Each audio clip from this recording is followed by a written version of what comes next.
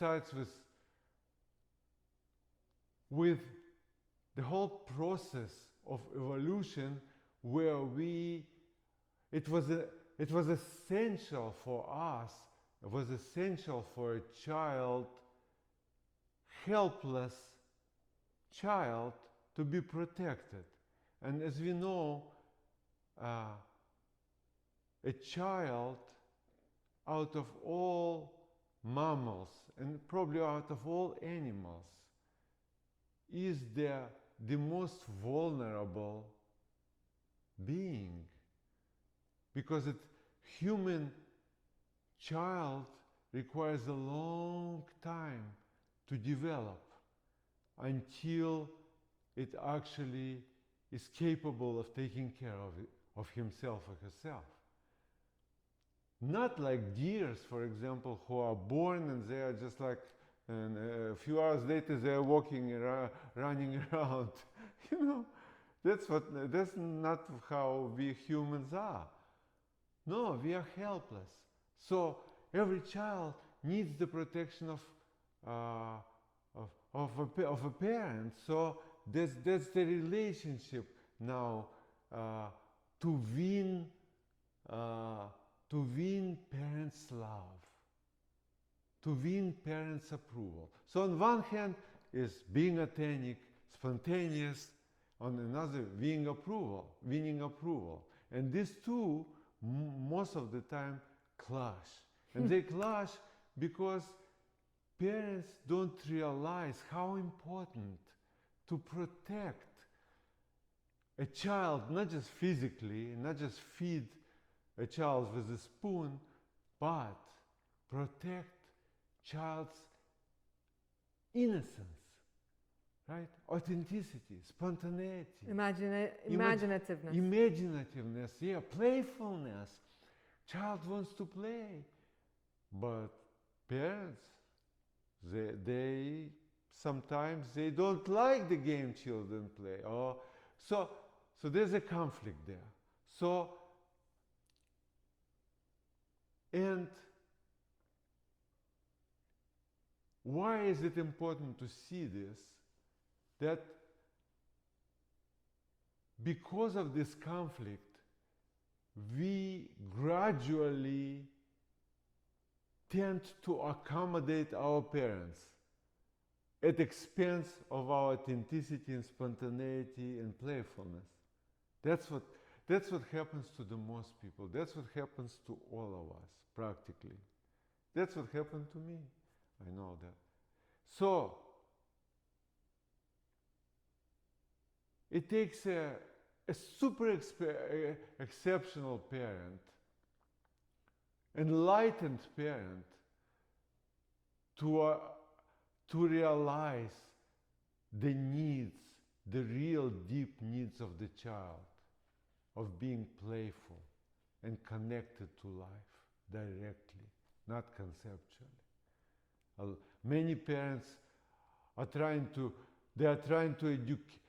educate their kids, right? To give them, to run them through the special programs, to Kuman and to all these things, you know, to give them the best education, preparing them for life. But the best preparation for life would be to leave them alone in their playfulness, so they develop their own way of looking at life and relate their way of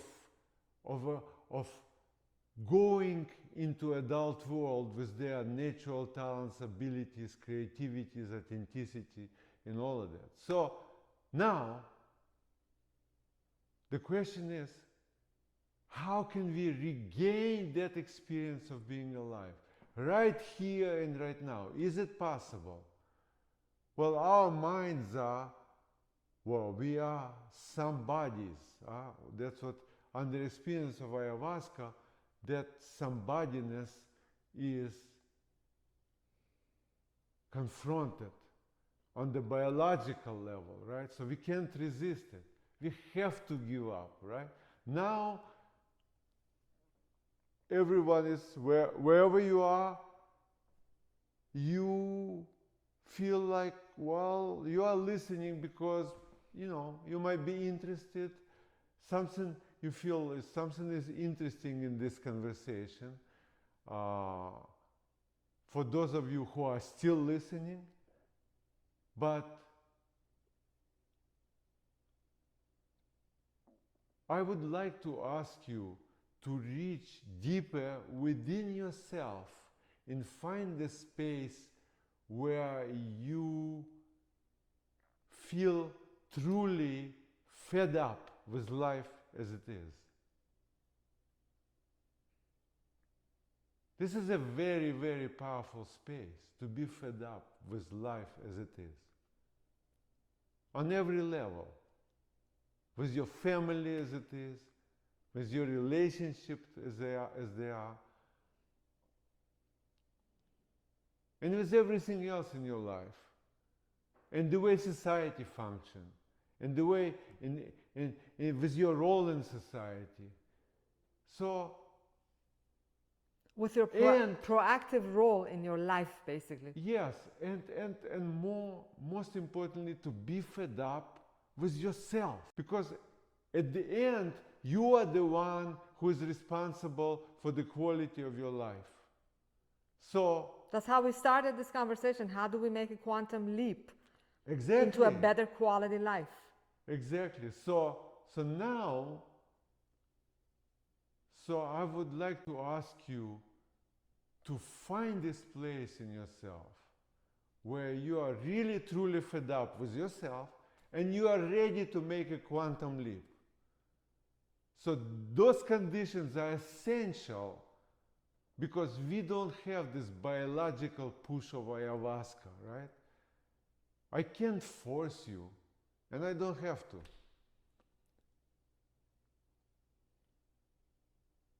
This experience for me is precious because I myself here to make a quantum leap in my life. It is, real life is about making quantum leaps on daily basis. Demand quantum leaps all the time. Demand extraordinary life for yourself all the time. And then if it will be for yourself, for you, it will be for all people around you. Everyone will feel it. We deserve extraordinary life. Each and every one of us. But a lot of us, we settle for like mediocre existence. And it doesn't have to be this way. So what I will tell you right now, and basically what I ask for your listening, for your deep listening, and seeing the possibility of experience just as strong as ayahuasca, and maybe stronger. I'm experiencing right now. If I can experience it right now, you can experience too. I'm speaking out of the experience. I'm not speaking from my knowledge. I'm not speaking from my conceptual base. Not from everything that I know. I know what I know. That's not important. I put it all aside. I speak spontaneously from my experience of being alive. And never from notes. From my existence. That's the point. Existence. What is this existence? What is this experience of being alive? See, we overlook that. We very quickly go into action of doing something, right? Of achieving things. Of setting goals and going after different prizes in life. Thinking that this will deliver happiness, satisfaction. But the only place where satisfaction truly lives and can be found is the experience of being alive. Is your existence, which is always there. It's the only thing that is always there, always was there, and always will be there. As soon as you experience that, see it for yourself, that you are not that identity that you are taking yourself to be. That you are not the story of my life, right? Everyone has this story, my life, and you can tell about your life. You can record a video called My Life, and I suggest you do that. Just make a video, an hour video called My Life, and then see it and see what happens out of it. There could be great insights. And those insights will be very good to create you listening for this kind of conversation, listening for transcendence. So this is the experience. What I'm saying now is not important. Where I'm pointing at is important. I'm pointing at something that you can witness right now. You can witness your experience of being alive. You can witness your simply existence. The same existence that was there when you were 5 years old. You existed. The same experience of being alive when you were 10 years old and 20 years old. Even your understanding of life changed. Everything. You got more educated, you accumulated more knowledge, but your experience of existence is the same. It's you exist, and everything else happens there. It's like a container, it's like a context of life. And in that context of life, of existence itself, everything happens. And the world which you see around yourself occurs as images in that existence. So that's the opposite of how we are trained to perceive life. We think that there is the physical world, and there's little me right here, and I'm running around inside the physical world, and I'm doing this and that, and I was born and I will die. But that's not true. That's another concept. So what's true? What's true is what you can experience directly, right now. Directly, not conceptually. That is the concept. You cannot know anything except experience of being alive. You cannot know anything. So you have no choice. Well, you cannot possibly know. What do I mean by that? You will say, no, I know. This is an orange right there, right? Okay, let me get it. Let me get this lemon. This is the lemon. Don't steal my lemon. I know, this is a lemon, right?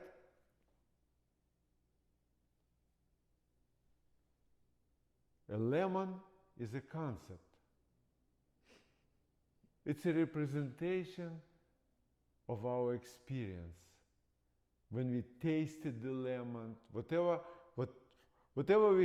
we can say about lemon, we created many different concepts about it, about colors and shapes and taste and whatever, about lemon. And then that lemon now lives in our mind. That lemon is not the real lemon. And it's more than that. The real lemon is not real. That's all there is. Your experience is that. Whatever you call lemon is your experience. Whenever you are not experiencing lemon directly, it doesn't exist. You have to taste it, you have to see it, you have to touch it. You see what smell it. You have to be with it, in order for this lemon to exist. So otherwise it exists now only in your mind as a lifeless concept. Now, but that lifeless concept exists in what? It exists in the inside of experience of being alive. So it's like an image got projected into experience of being alive. An image gets projected. So what I'm saying now is quite revolutionary. Isn't that what quantum mechanics proved? Yes, well, in science, that's already like expanded area into that. But again, how do we relate to science? Conceptually. So as long as you don't experience what I'm saying right now, as long as you don't experience that it's self-evident, it's obvious, it's observable, it's undeniable, that there is no world out there. There's nothing out there. You have images inside of your beingness. And now the power in that is, well, if you believe that the world is out there, you're giving all of your power away. All of your power to heal yourself, power to be happy, power to be related, every single way of power. You are giving away the foundation on which you must stand to confront all the adversities of life, to confront anything which can possibly come your way, and to capitalize on every opportunity which will come your way. So that's how powerful this is. It's powerful because as long as you see for yourself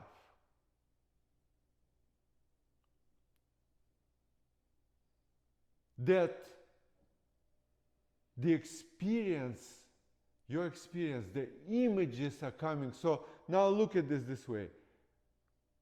Forget about existence of the world. This is just a concept. Now what you end up with, what you are with right now, what do you feel right now? What do you see right now? What do you hear right now, right? Those are images. Those are images. Those images are impermanent. They are impermanent, right? They come and go. You hear this sound, now you hear that sound. You smell this, you smell that. You taste this, you taste that. But the you is always there. Exactly. You know what I'm saying? So the images. So now, what are you doing in life? What's your response? Where's your power in life? You respond to images. You respond to images. Whatever comes into your view, in your, you respond to that. But you respond to that as if it is real and you are not. And that's not true. Whatever comes into your space is not real, and you are. That changes the game. Yeah. That's the game of transcendence. That's the game. If you are with us right now, we are playing this game right now. You can, not only you can, this is your duty in life,